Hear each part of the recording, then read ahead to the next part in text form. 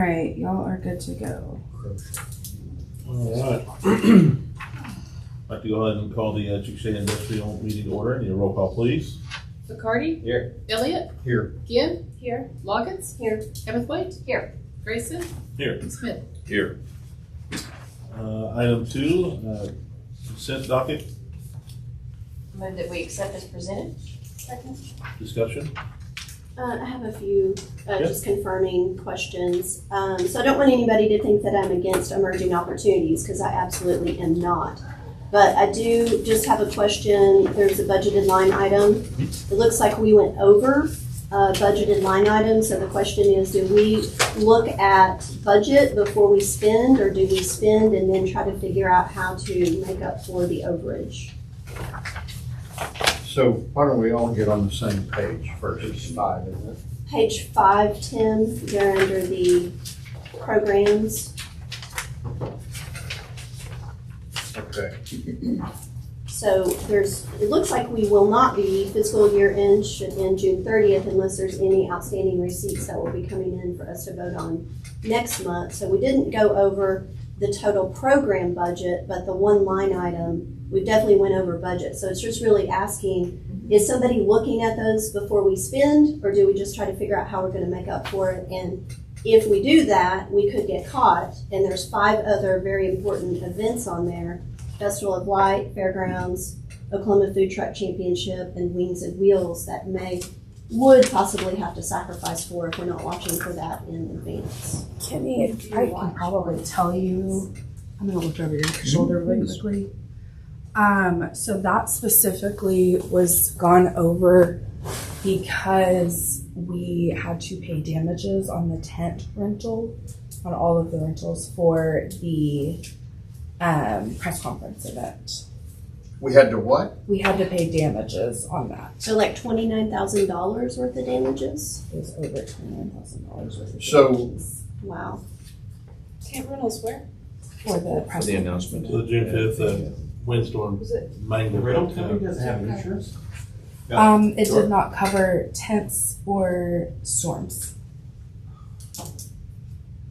So Active I law. didn't hear about this. So we had a big windstorm. Right after the event, there was a windstorm. It came in, tore the big tent up out there, blew over a number of the golf carts, demolished the golf carts. And I stayed Yeah. till it was over We while have they were pictures. cleaning up. Did you go to the airport, the air show? There was 2 golf carts out there running around that had the tops ripped off. That was part of those golf carts that were out there. Okay. Yeah.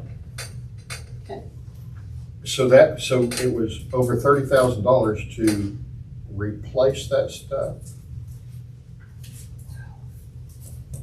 Which is still crazy to me because I know that it was held down by water barrels and everything. Oh, yeah. 40 plus water barrels that weighed 450 pounds apiece that looked like they were just ragdolls. But the big tent got mangled, but then the smaller one over to the side was fine. It catches much wind. Yeah. those tents are very expensive, and I'll say it had a number of 55-gallon barrels of water that were full, trying to hold it down.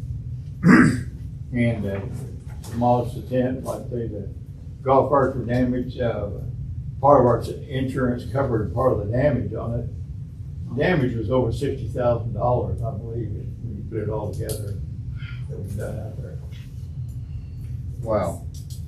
So I didn't have a problem with the emerging opportunities. So, but yeah, when I came in, they were cutting wheat. When I left, they weren't. So the event. So I missed the wind. Is right. Well, I'm the glad governor you was did. telling everybody they were to clear out quick because there was a big storm coming in. And So We're lucky they weren't there. so everybody shortened the talk and So should you talk to the end the road program company quickly. and say, you guys should have took it down a little bit faster and put the blame back on them and use that $29,000? What I'm saying was that the time frame, it hit It was within our within the 5 rental minutes timeframe? of our staff leaving. So, We were and very they lucky were nobody tearing was- down. nobody I was mean, hurt. they were tearing Yeah, down they as moved quick as quick. they could when I left. And that was to get out of the way. Golly. Because we saw a storm coming. Mhm. That's what we never. We're fortunate Well- that any of the claim was paid by our insurance because we dealt with that in the May 3rd tornado. We had freight that we had shipped from our work, and it was demolished in the what was then American Freightways, which is now FedEx Freight. They didn't care. They said it was an act of God that they weren't responsible, Force even though majeure. it was on their in their Right. terminal. So in fact, we got any. Unfortunate event, but I mean, it happened. So good information to know. Right. Maybe share that when this is sent out, so that we know why it was kind of over. It's also good to know that we're watching the budgeted line items and we're not just spending frivolously. So I think We're that watching answers my very question. closely. Yeah. Thank you. So without the storm damage, what did the event cost the city? 40,000? Jay? I'm trying to quickly do math in my head, and I'm not a math girl. It was. It was a nice event. It was a great event. Probably, it was around 30,000, but I can't give you an exact number off Okay. the top of my head. Okay. And I'm happy to compile that and provide it next So the time. storm just doubled it. Right. More than doubled, yeah. It's pretty significant that there was only tent damage and that there weren't people, that storm didn't come in when we had 400 people there. We could have had some other, people hurt. Seriously. Well, if the governor wasn't so long-winded, we'd have been okay. You tell him that on Thursday. You square him up. But get your bacon first, or you might get your bacon. Yeah. Any more discussion on the consent item? We have a motion to accept, correct? Yes, motion is. Okay, so the only other question I've got, so we have a bunch of money left over that we didn't spend that was budgeted. So where does that go? If there's any money left over, it's called carryover. It goes over to the next year. Okay, Well, and Tim, what we don't know, we don't actually know that we have that money. That was what was budgeted. But I don't know that that means that actually is what we have in pocket, because that's just going against what was budgeted.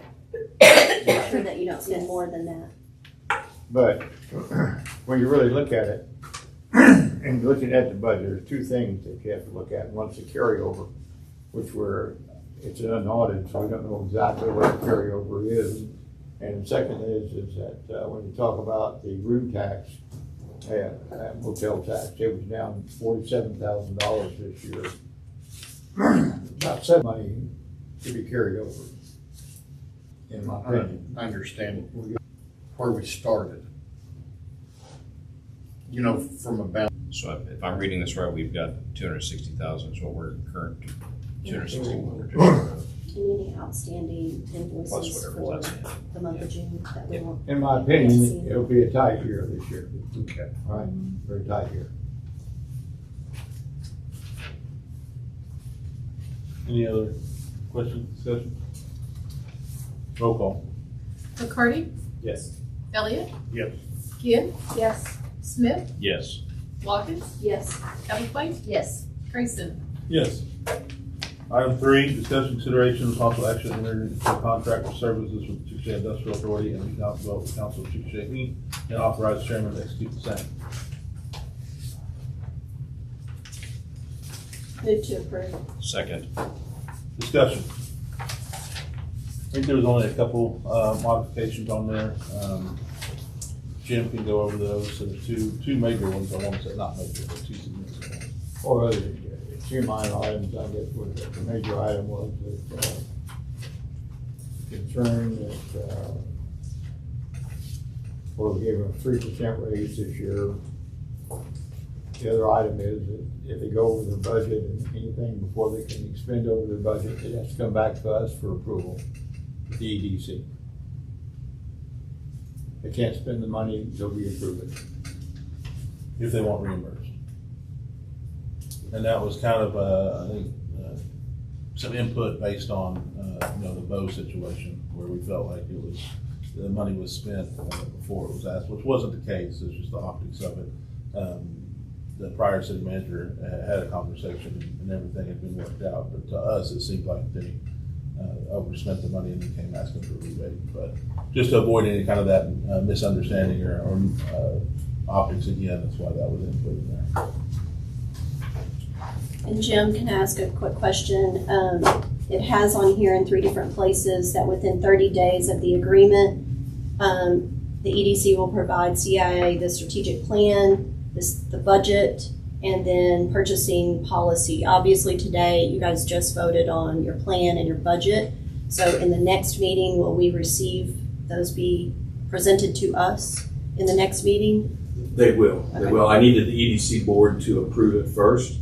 The purchasing policy we have in place hasn't changed and been modified, but we'll submit that as well for the CIA for approval at the August meeting. And then the only other thing I can say is it looks like there's a lapse. So the prior contract was over June 30th, and we are just now voting on it with today being July 8th. So next year, someone may need to shift that up a little bit so there's not a lapse in contract to make sure we don't hinder anything, any progress or movement moving forward in that short time frame. If there's someone that the EDC needs to utilize or money to spend, the contract was null and void as of the 30th of June. That's a good point, Kim. I just thought they were working for free those 7 days. Well, we will see.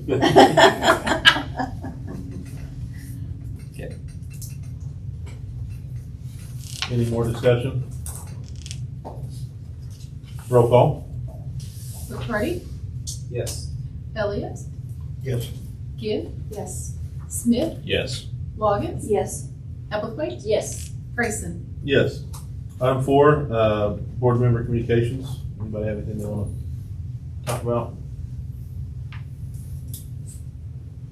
All right, we'll move on to item 5, motion for adjournment. So Second. We're adjourned.